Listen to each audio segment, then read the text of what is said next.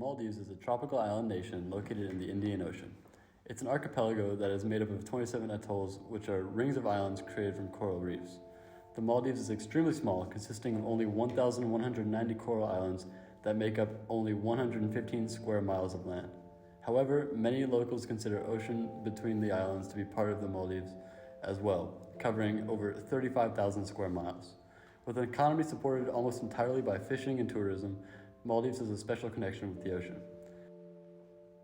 But now the ocean is one of the Maldives' most pressing threats.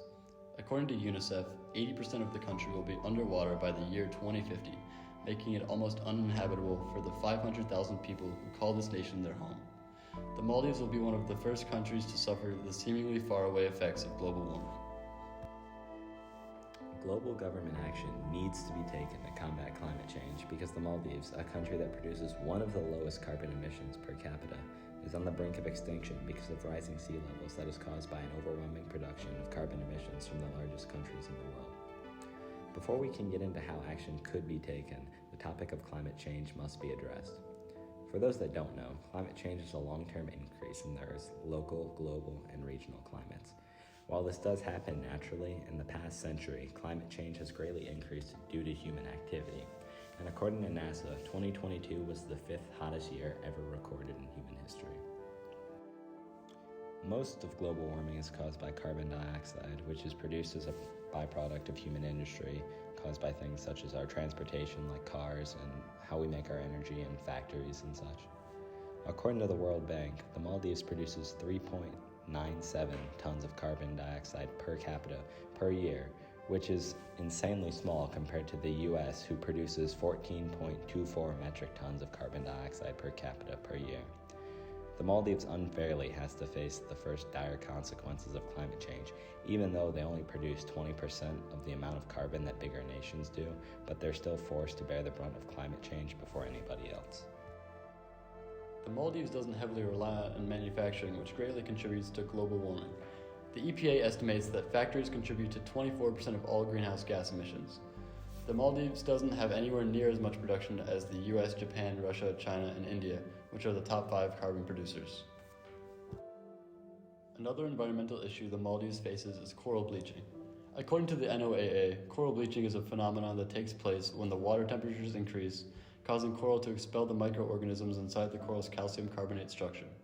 The microorganisms inside coral, called zooxanthellae, are what make the coral alive, and when they leave, the coral becomes colorless and bleached. This causes fish that would normally congregate around these reefs to move away. The Maldives relies heavily on the health of local aquatic ecosystem for fishing, and coral bleaching would lead to drastic impact in their economy.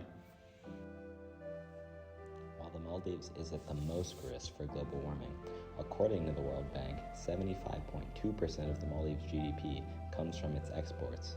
This would mean that the Maldives itself produces mass amounts of carbon just to maintain its economy. Also, the Maldives thrives on fishing for its economy, which, ignoring the matter of global warming, is just generally bad for the environment and can lead to overfishing and hurt the environment. While other countries could help, the Maldives may need to focus on supporting a more sustainable economy before international intervention is needed.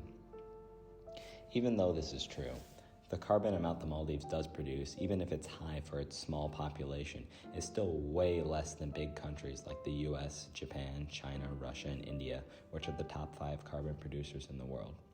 The blame can't be placed solely on the Maldives because every country produces carbon as it's become a necessity in the modern world, and asking them to change at the risk of the Maldives' welfare would be selfish.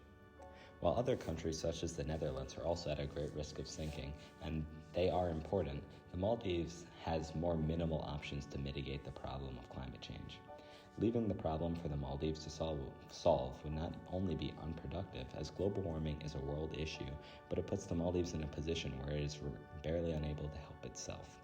According to the NOAA, the National Oceanic and Atmospheric Administration, many coastal U.S. cities could be underwater themselves by the year 2100, and with the Maldives close to sinking by 2050, the U.S. isn't much far behind, so action taken to help the Maldives will overall help the world in general.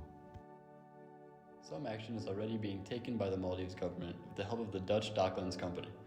Plans for building a floating city development in a lagoon close to the Maldives capital, Malé, are already underway. According to the Dutch Docklands, it will contain several thousand floating housing units in a mixed-use community with hotels, restaurants, shops, and more. If you want to help start action to prevent global warming and help mitigate the damage Maldives will receive from global warming, spread this video around to help inform more people about the issue. You can also help by thoroughly researching and voting for and writing to politicians that have a more harsh stance on climate change and will enact policies to prevent it. You can start with your own local and national representatives. It is important to be informed on what your politicians advocate for, and the best way to mitigate climate change at a larger scale is through local and national governments.